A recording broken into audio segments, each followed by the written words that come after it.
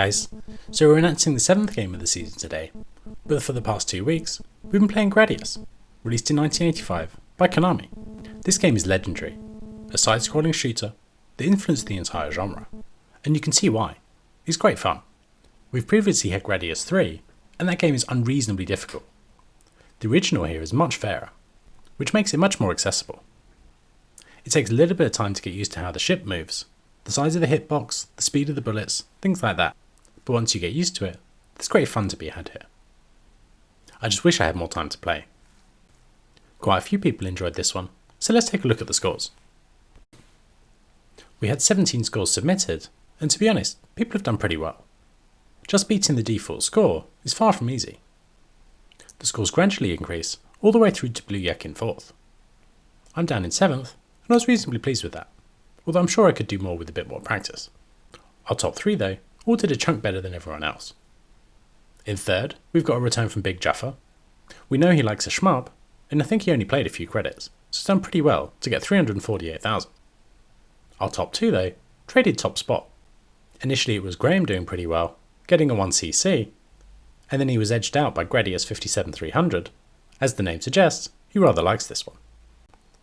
But Graham came back and pushed on in the second loop, getting an excellent 504,000. That's a great score on this far from easy game, and despite numerous strong performances from Graham, this is his first win, and that makes 6 different winners in the 6 games that we've had. Nice to get a bit of diversity. So, let's check out the leaderboard. We've had a little bit of movement. Big Jaffa's the big mover. Having made a return and achieved a decent score, he's up 8 places into 15th. Hopefully we can see a few more scores from him before the end of the season. Up 1 is Gradius 57300. He's now at the tail end of a pretty tight pack. I'm up 1 too, getting ahead of Gary. Blue Yak is another big mover. He's up 5 into 7th.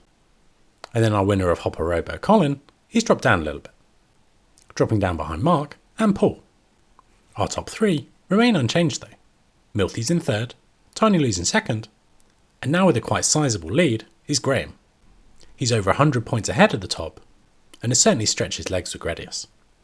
From 2nd all the way down to 13th, the scores are pretty close, so it's definitely all still to play for. So let's see what our next game will be. So we're on to our 7th game of the season now, and I've got 15 games on the wheel. That win for Graham means he can add a game, and he's added Missile Command. So let's let things go and see what we get.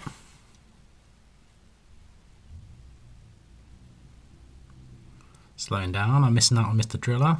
Oh, could it be Uncle Pooh? Not quite. Okay, so a game from Milty, and this is Snake Pit. I don't know anything about this game. I'm going to look it up, make a video, and be back in a sec. So our 7th game of the season is Snake Pit, released by Bally Sente in 1984. This game is almost certainly inspired by the Indiana Jones films. You control an adventurer, and you've got a whip. Your aim is to use that whip on the snakes and spiders that come onto the screen, clearing each screen and then moving on. What's unusual about this game is the control scheme. You have both the joystick and a trackball. The trackball is used to move, and the joystick's used to whip in different directions. This one might take a bit of fiddling to set up for different people. Ideally you'd use the mouse to move, as a mimic for the trackball, but you can also map that to a D-pad or maybe an analog stick too. I think it might take a bit of trial and error and see what works for you. Fundamentally the game seems okay, but it is a bit tricky to hit the snakes, knowing where the hitbox is and how best to line it up. The joystick and trackball remind me a bit of Robotron, being able to move independently of your aiming. This game almost certainly doesn't have the playability of Robotron though, and it seems a little bit janky. Hopefully it'll be fun though. I only seem to be able to find one ROM, which is snakepit.zip, and we'll be playing with default settings as usual. I hope you all have a bit of fun with this one, and I'll be back in a couple of weeks with the scores. See you then.